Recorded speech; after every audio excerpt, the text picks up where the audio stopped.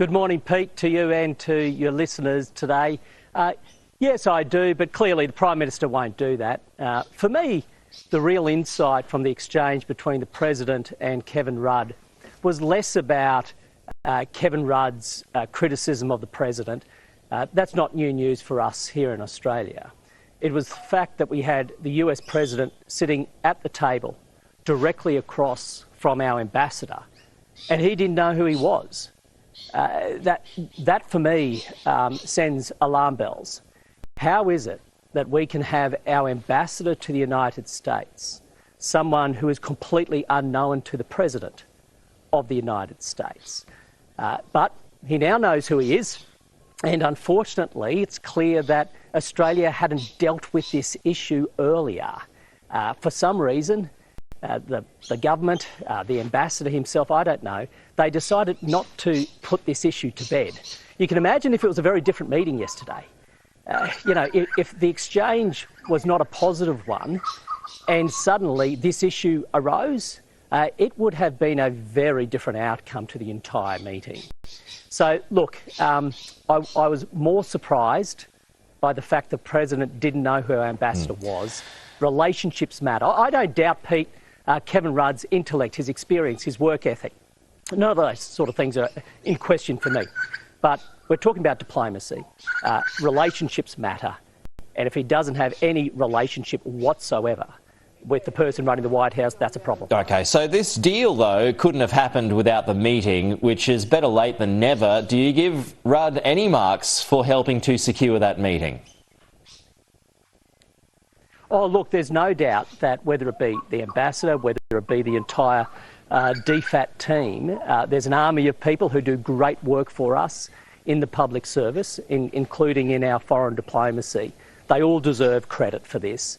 This is all about Team Australia. And Pete, so much as I criticise Anthony Albanese, for good reason, by the way, on a lot of things, when a Prime Minister goes overseas, they really have the best wishes of all Australians. Our Prime Minister is the Australian Prime Minister, not the Labor Prime Minister when they're overseas. And that also goes for everyone in the public service. They've done a good job here and they deserve credit. With more time to pick over the deal, what questions do you have about it this morning, Ted? Well, look, there are going to be more parts of the deal that we start to understand. The thing that I found really quite odd is the White House released a fact sheet talking about a commitment on behalf of the Australian government of $1.4 trillion in superannuation investment in the United States. This is the retirement savings of everyday Australians. How is it you have the Australian government making a commitment on how those savings are spent?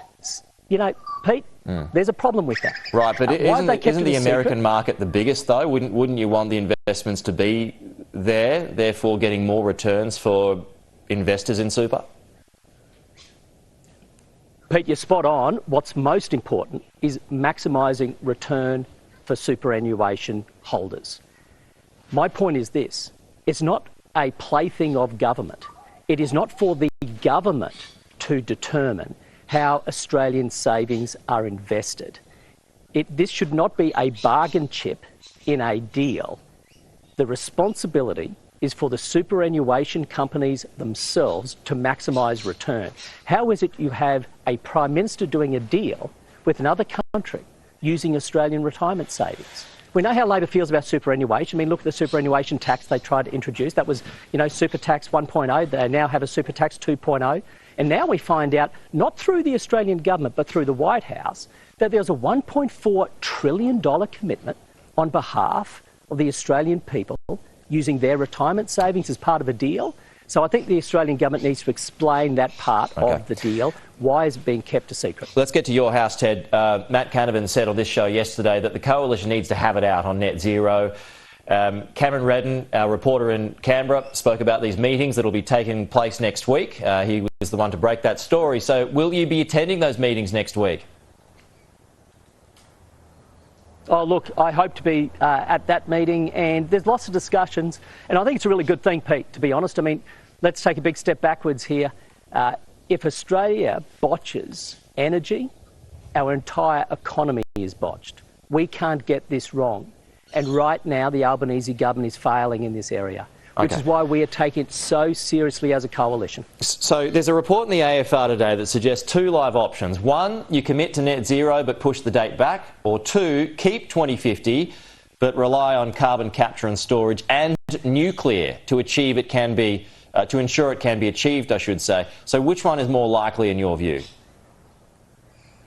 Oh, Pete, honestly, they are probably two of God knows how many options that need to be considered, and they'll be all thrashed out because it is important. We're having this robust debate. You never see such a debate in the Labor Party. They all follow Chris Bowen like a false prophet that he is.